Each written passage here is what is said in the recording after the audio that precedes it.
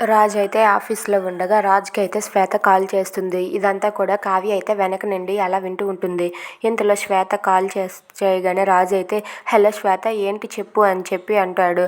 ఆ మాటలకు శ్వేత అయితే రాజ్ ఎక్కడున్నావంటే ఆఫీస్లో అని చెప్పాను కదా అని చెప్పి రాజ్ అంటే లేదు రాజ్ నువ్వు అర్జెంటుగా మా ఇంటికి రా రాజ్ నేను చాలా ఇబ్బందుల్లో ఉన్నాను రా రాజ్ అని చెప్పి శ్వేత అయితే రాజ్ని రమ్మని చెప్తుంది. అది విన్న రాజ్ అయితే పరిగెత్తుకుంటూ శ్వేత దగ్గరకు వెళ్తాడు.